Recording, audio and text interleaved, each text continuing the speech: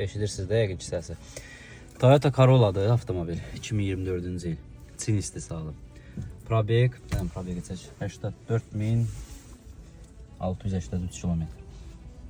Deməli, bu problem olub 30.000 probegdə başlayıb. Yəni qardaş dediyinə görə çoxdan var yəni bu səs. Zaten mən bir çoxunda da paylaşmışam. Çin istehsalı olunan Toyota Corolla'larda, Burlavoyda zavod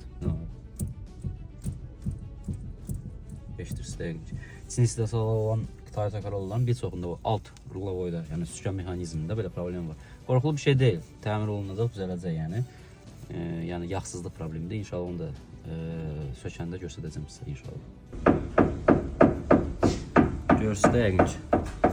Burlavoyun sağ tərəf qaz. İndi onu sökəcəyik. Yəni dedim göstərdim sizə, qaldırıb maşını. Sökəndə də bir parça görürsünüz.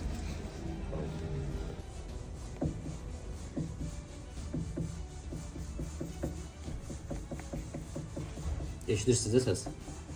Bu həmin maşının üstündə gələn bir səsdir. Yağsızlıq. Bunu diş yentisi də var.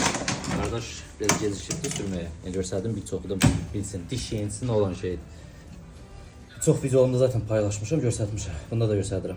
Bax görürsünüz, bax gəldi. İndi bu diş zədəlidir. Dipdə bax. Bu birisi dişlərdə yox. Görürsünüz, standart qəşəng. Heç bir şey yox. Bax belə olmalıdır yəni. Belə bu dişdə bu diş yenisi nə olan şeydir? Avtomobil solağı düz getdiyi üçün gruntava yolda sürürsünüz, aypara yeyildiyi zaman. O qədər taqqıldayır ki, dişlərin arasındakı olan məsafə genişlənir. Başlayır belə tıqqıldamaq.